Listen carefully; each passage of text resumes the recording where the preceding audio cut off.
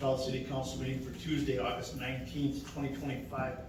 In this session, could I have roll call, please? Councilmember Voss. Here. Dodson. Here. Burbank. Here. Wilkie. Here. McCann. Here. Spendy. Here. Rainey. Here. And Mayor Jessup. Here. We have all seven of council and they're present.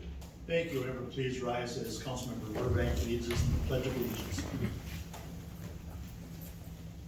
I pledge allegiance to the flag of the United States of America and to the republic for which it stands, one nation, under God, indivisible, with liberty and justice for all.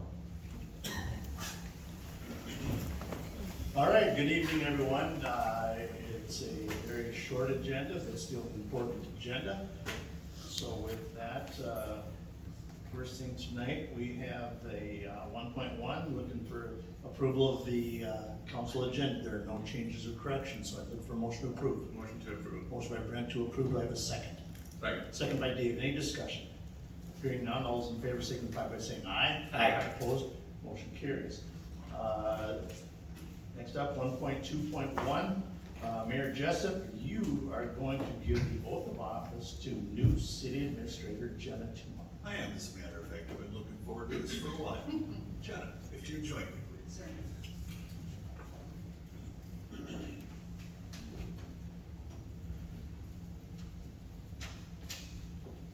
You want your standard side?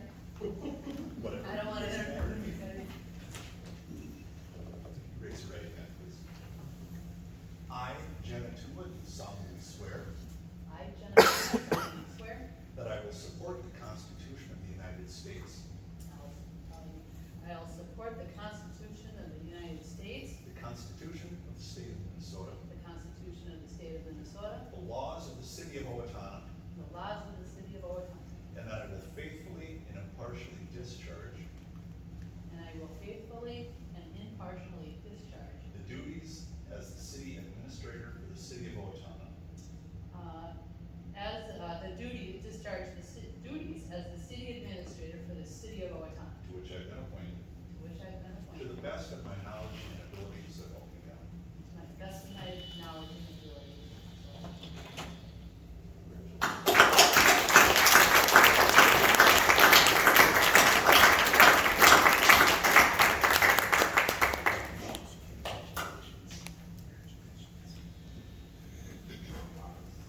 You know, take that one for the box.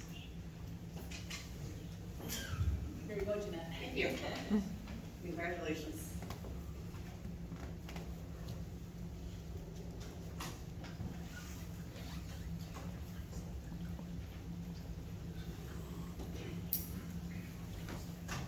I heard the seat's hot, so we'll give it a try.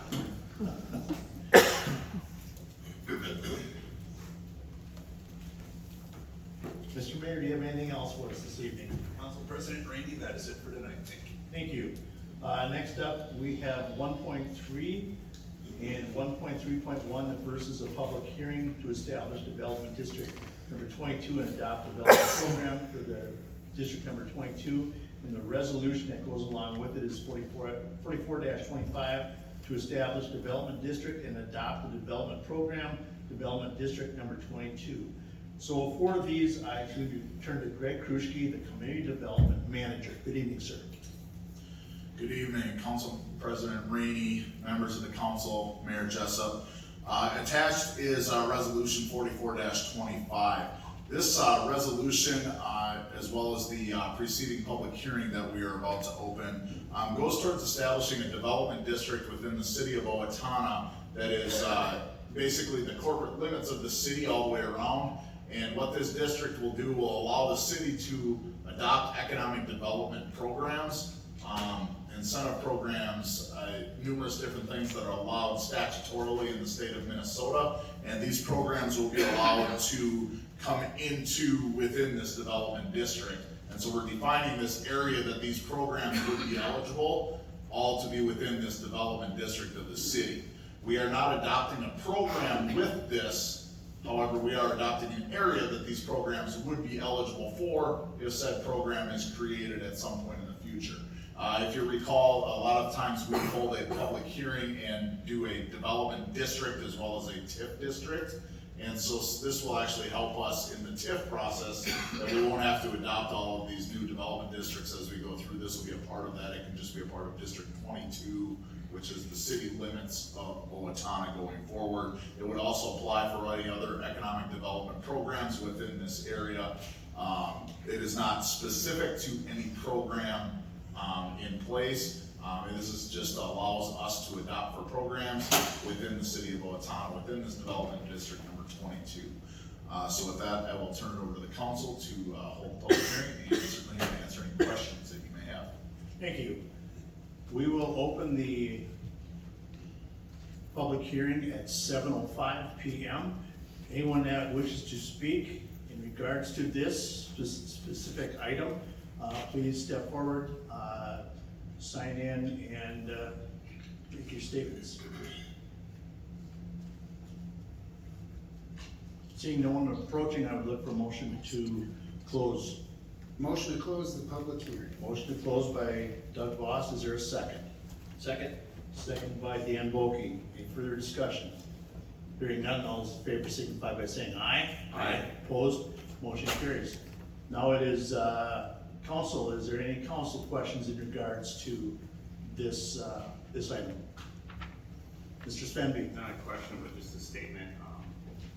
In the resolution before you this evening, it talks about the development program with a copy being on file at the city administrator's office. My last conversation with the city administrator is that she does not have a copy of the development program, and that's what it says in the resolution. So based on that, I will not be voting for approval of this resolution this evening. In looking at state statute, it talks about a development program as a statement of the objectives of the cities for the improvements, which we have not seen or reviewed lately that I'm aware of that we've approved. So based on that, I will not be voting in favor of adoption of this resolution this evening.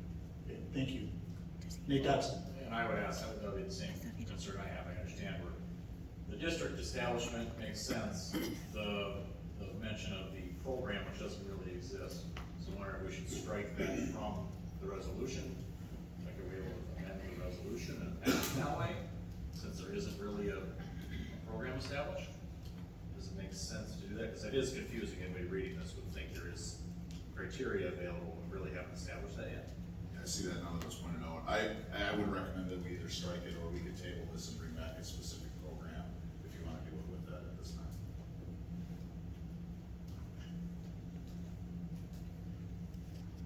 Any other questions?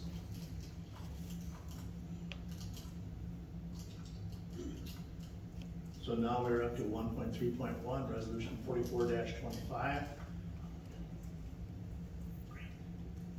Brent? I'll make a motion that we table this item to the next meeting. For 44-25. Yes. We have a motion to table 44-25. Do I have a second? Second. Second by Nate. There is no discussion with it being tabled. All those in favor signify by saying aye. Aye. Opposed? And that has been tabled. Greg, probably coming back first meeting in September? I would assume so. Okay, thank you. We're now up to consent agenda. Consent agenda consists of city council meeting minutes, other board commission minutes, licenses, permits, and miscellaneous items all grouped together for the council to review prior to the meeting and vote on collectively. With that, I will entertain a motion on these consent agenda items. Motion to approve. Motion by Nate to approve. Do I have a second? Second. Second by Brent. Any discussion? Hearing none, all those in favor signify by saying aye. Aye. Opposed? The consent agenda has been approved. Action items tonight, first is the finance report. We go to Vice President Doug Voss for that. Thanks, President Rainey. Checks tonight over $20,000 for your consideration to pay are as follows. $53,592 to Ave Fuel Corp. for airport fuel for resale. $24,267 to Central Farm for service for fleet fuel. $26,242 to Clifton Larson Allen for the 2025 audit installment number 4 and 2025 audit city installment number 4 and 5. $199,349 to Crane Creek Asphalt for asphalt, $39,387 to John Deere Financial, that is for a 2024 flex wing rotary cutter at the airport and a window seal at the airport, $202,908 to the Near North Title Group, that is the purchase of 502 Maple Drive for $167,908, and earnest money on 1301 South Oak for $35,000. $31,094 to the Owatonna Area Chamber of Commerce, that is the May lodging tax. $65,500 for road machinery and supplies 2024 BOMAG roller for the streets department. $21,440 to the Steele County Auditor, that is the final 2025 LEC expenditure of $11,817, and the annual election equipment maintenance of $9623. $444,382 to Yulin Brothers for the 18th Street Southeast Trail, pay estimate number 2. $838,336 to Wenzel Construction, that is for the Vine Street parking lot, $121,994, and street and utility pay estimate number 3 for $716,342. We had other expenditures of $271,256 for a grand total for your consideration tonight of $2,217,759.58. Thank you. Take a breath. Any questions on the finance report? Hearing none, look for a motion to approve. Motion by Dan Volk to approve. Do I have a second? Second by Don. Any further discussion? Hearing none, all those in favor signify by saying aye. Aye. Opposed? And the finance report is approved. We have two resolutions tonight. They are kind of combined, 3.2.1 and 3.2.2. The first one is Resolution 45-25, final plat for Mineral Springs Estate Addition.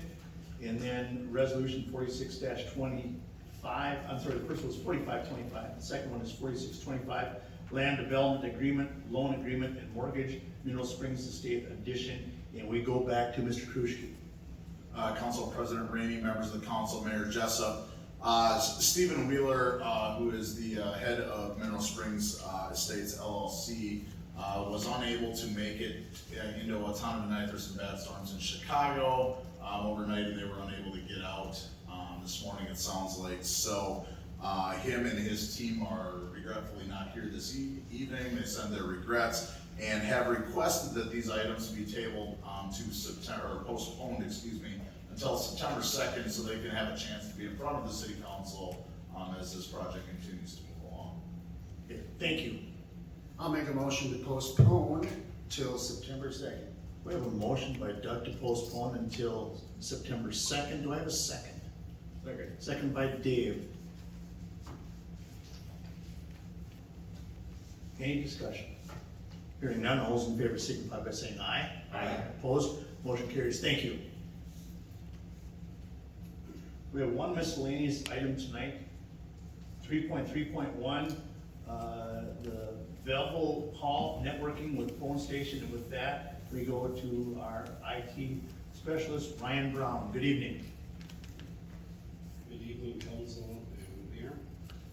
The purpose of this tonight is just to get you, your approval on the proposal that was attached to the estimate from phone station for materials and work needed to run new networking cable throughout the future office spaces in Bevel Hall. Bevel Hall will be the future office space for the IT department and Park and Rec administration. And so after reviewing the current status of the building and the existing cabling, it was determined that it does not meet any of our current requirements. It has also been segmented up in different spots of the building based on the use it used to be used for. And so this just doesn't make sense for us to try to use. It would require us to put in additional cabinets and equipment, which would be more expensive, and so it is. So what we did is we went out and we got 2 quotes to see what it would cost to rerun new cabling throughout the building. And the proposal before you is for $23,925. The other quote, just for your information, was just over $40,000. So this was quite substantially less. The budget impact, the building maintenance fund has projects from the prior budget years that are complete and came in under budget, so those funds have been reallocated to the Bevel Hall renovation project. So at this time, staff would recommend approval to go with the estimated cost proposal that was provided by Phone Station. Thank you. Any questions for Ryan? Hearing none, look for a motion to approve. So move. Motion by Dan to approve, do I have a second? Second. Second by Don, any further discussion? Hearing none, all those in favor signify by saying aye. Aye. Opposed? Motion carries. So before we get to the staff report, the windstorm that we had a couple of weeks ago, 3 weeks ago, did substantial damage within the city of Owatonna. We applied for disaster status with the state of Minnesota, so Fire Chief Ed Hoffman is here tonight to give us an update on that. Good evening, sir. Good evening, thank you, President Rainey, Council, and Mayor. So yeah, quick update on the continued efforts from the storm on July 28th. As you recall, we declared an emergency in the city with that.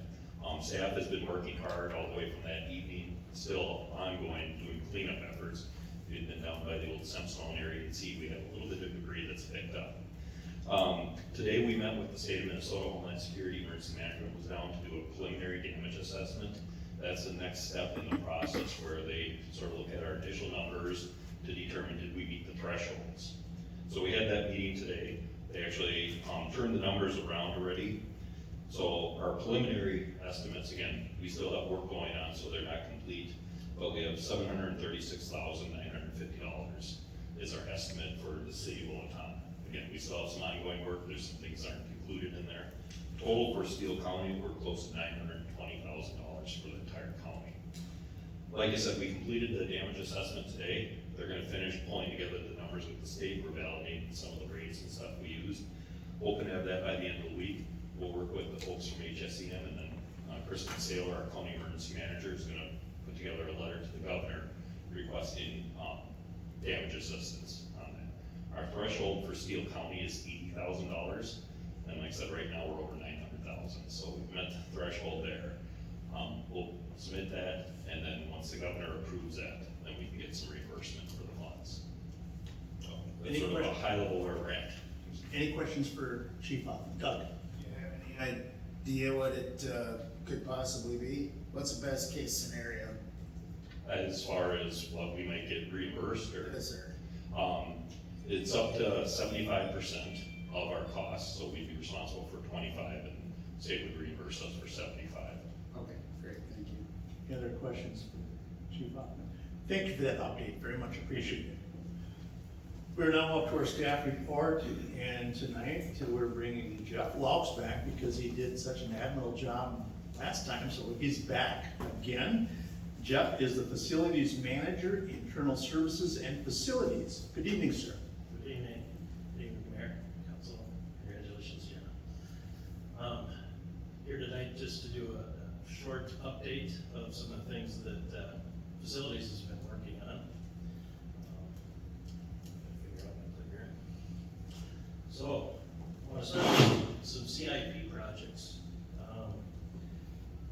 You approved the dollars for these, but you may not always see the finished project. So this is one we did at the mechanic shop. We converted all the lighting to LED lighting so that they can see what they're doing a little bit better. We added 3 of these circulating fans. So in the summertime, much cooler there. We're pretty happy that they got some a little bit in there. Can you say what the brand of the fan is? Those are some big fans. They're not that great. Okay. Another CIP project that we did, we replaced some overhead garage doors. We did a total of 10 doors. This one is in the street shop, where we did 6 there.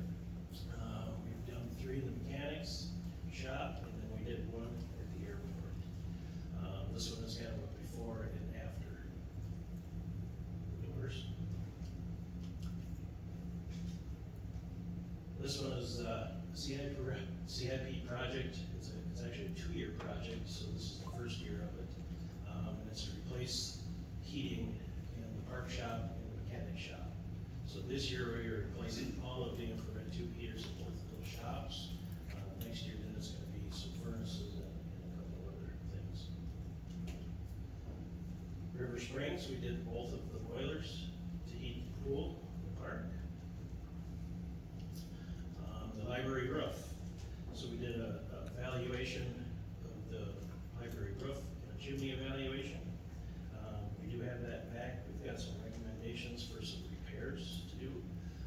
If we complete those repairs, we can extend the life of the roof and actually delay the full replacement of the original tile roof. City Hall generator, that's a CIP project that was scoped by ICS. That project has been bid out and awarded. There's quite a long lead time on emergency generators, so we're just kind of in the waiting process right now. This one will be added so we can add a few areas that are not currently on backup power, and then also for future expansion of the 3rd floor. City Hall tuck pointing, this has been a multi-year project.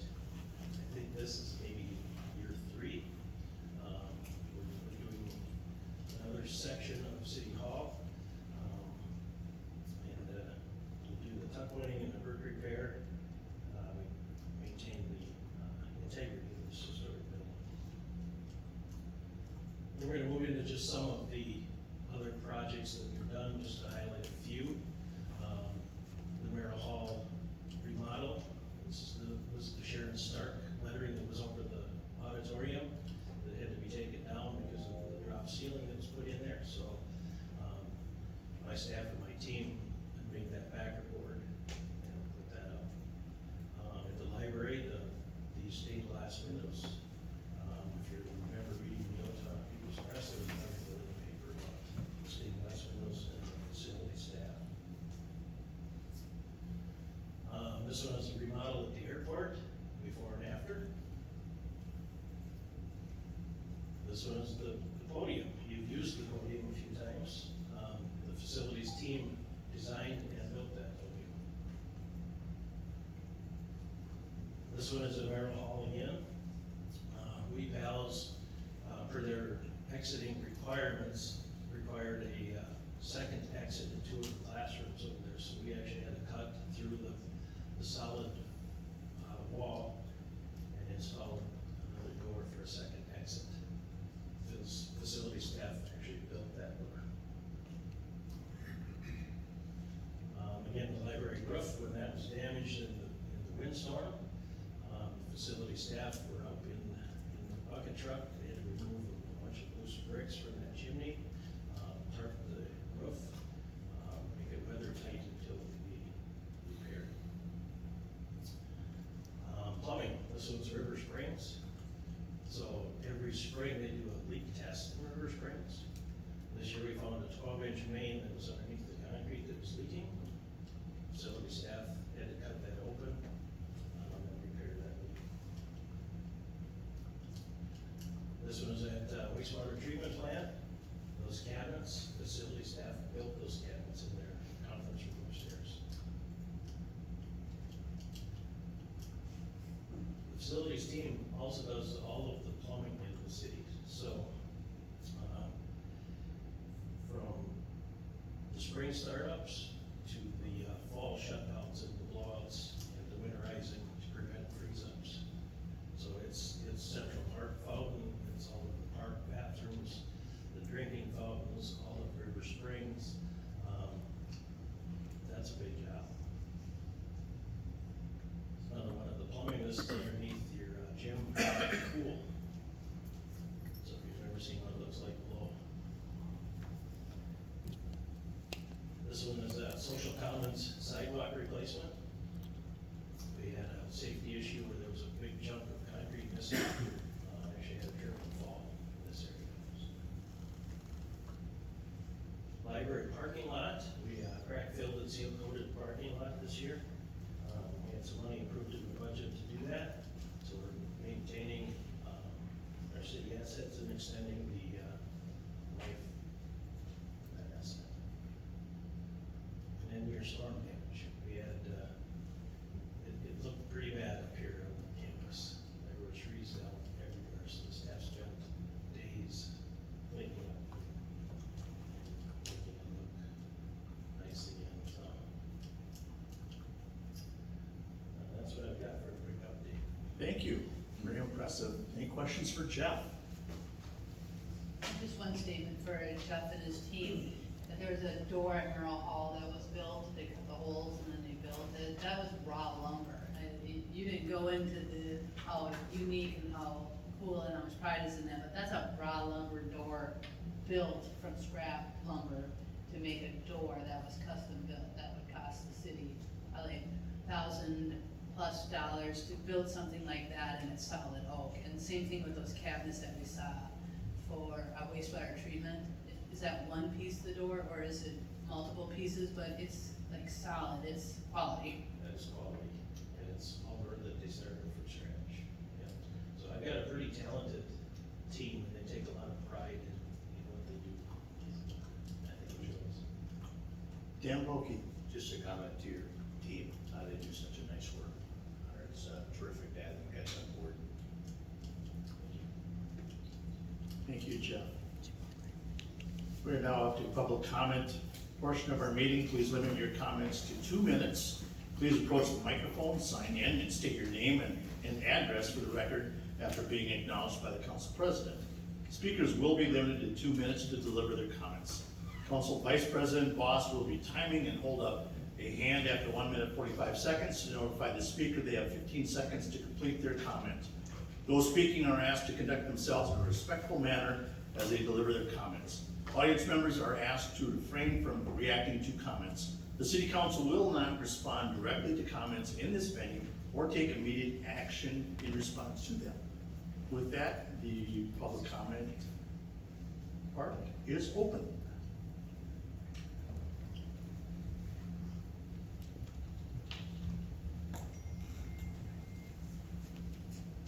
Annette Duncan with the United Way of City County. We're located at 245 18th Street Southeast here in Owatonna. And I will fill this out in just a moment here. So this is an invitation. Many of you should have received an invite to the Systems Design Clinic on September 10th. This is a project that the nonprofit housing sector has been working on for quite a while. We've been meeting over the past 1.5 years to develop a better solution to our housing situation for those facing homelessness or living in homelessness in City of County. So Sparrow received a capacity building grant from the state of Minnesota, which is allowing us to do some more foundational work to develop a pilot on a program that we are interested in pursuing. Currently, right now, if someone is facing homelessness or is already homeless and they come to any of us, we give them a list of about 20 different agencies and we say start from the top and work your way down. That's not an efficient way, nor is it people-centered. So right now we are providing through this grant training to our nonprofit housing sector to provide people-centered housing problem solving, as well as identifying what are the current assets that we already have in our community that we can better utilize so that we can do more for less. So we are inviting our leadership across Steele County to come to the System Designs Clinic where we'll have the Alliance to End Homelessness presenting on what our assets are and how we can better utilize them in the future. So I will give this over to Jeanette to pass out, and again, we hope that you can join us. Thank you. Thank you.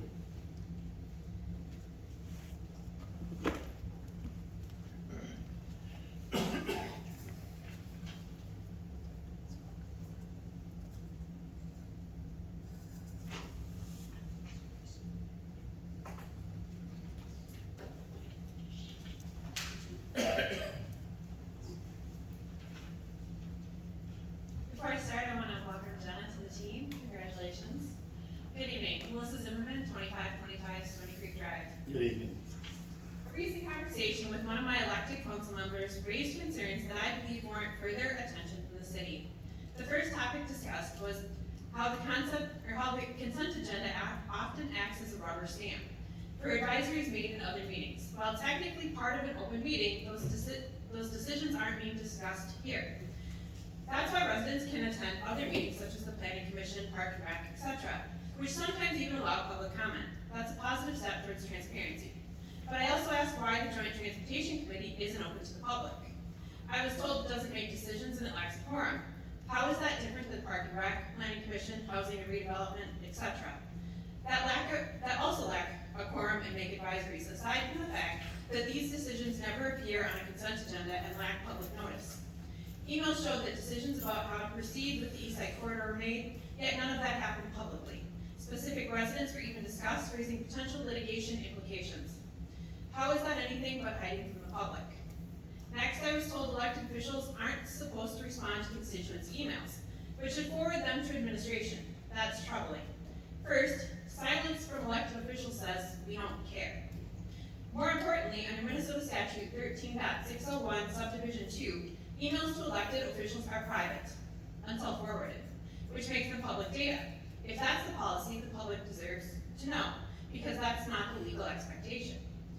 So if emails are being forwarded and made public, why are messages from current and former council presidents missing from our data requests? We were told they only become public if forwarded, but forwarding is the policy. And if personal emails were used as suggested, that raises more legal and ethical concerns. We're asking for clarification and for the city to implement ongoing training on Minnesota Data Practices Act and open meeting law for all elected officials, staff, and legal counsel. With leadership change, now is the perfect time. The Minnesota Department of Administration offers trainings, webinars, workshops. Please consider them. Transparency protects residents and council. All decisions should be made publicly. Thank you.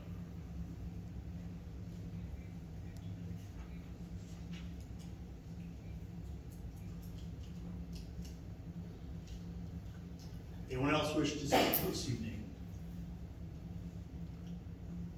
Seeing no one come forward, we will close that portion of the meeting.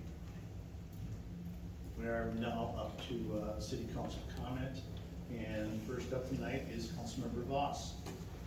Thank you, President Rainey. First, I'd just like to say thank you to the officers and our fire personnel for being here tonight. We appreciate having you guys here. So thank you.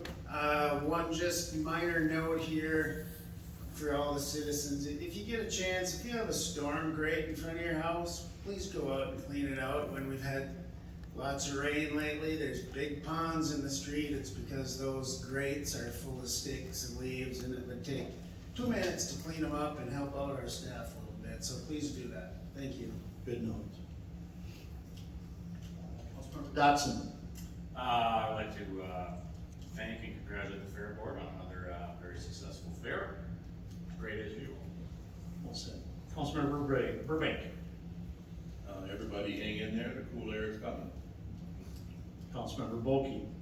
I'd just like to shout out to our staff that we have, whether it's Ms. Burns in finance, Ms. Staber in HR, and the gals back there, Rachel and Trish, that help facilitate Deanna communications, and our fire chief and police chief over here, personnel in the back. You know, all the time runs so smooth, and I know that things aren't always perfect, but I, for one, I think council as a whole certainly appreciates the stuff that you do. I know tonight, you all have families sitting there in the back. You were here till 7 o'clock working on budget stuff. I certainly appreciate that. The citizens of Owatonna appreciate what you do. Thank you. Thank you. Councilmember McCann. Just congratulations to Jenna, and I couldn't say it any better than the other members of council, or thank you for what you guys do.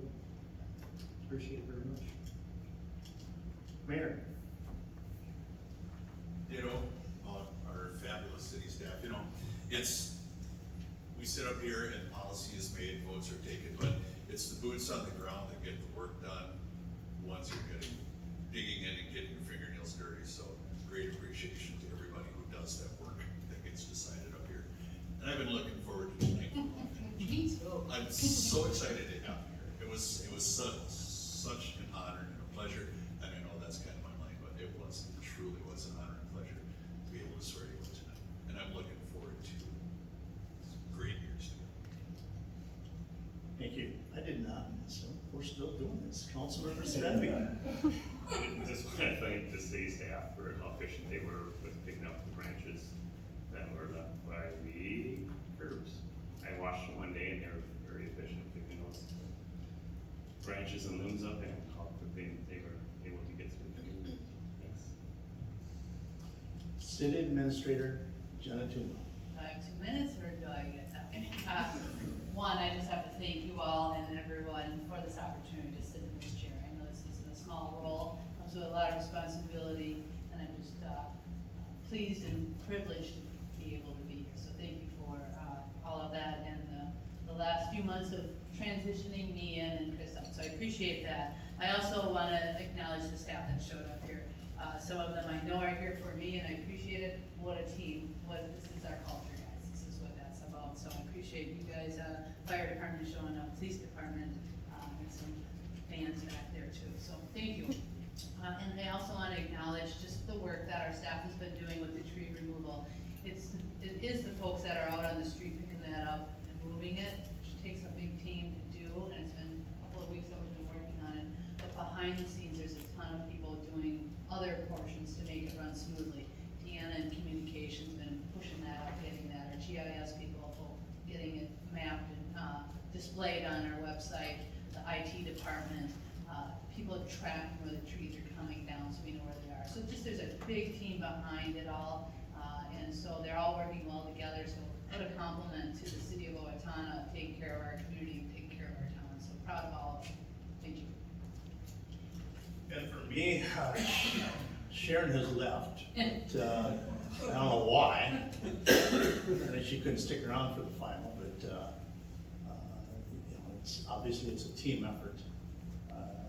So the support from Sharon goes a long way, I'm sure.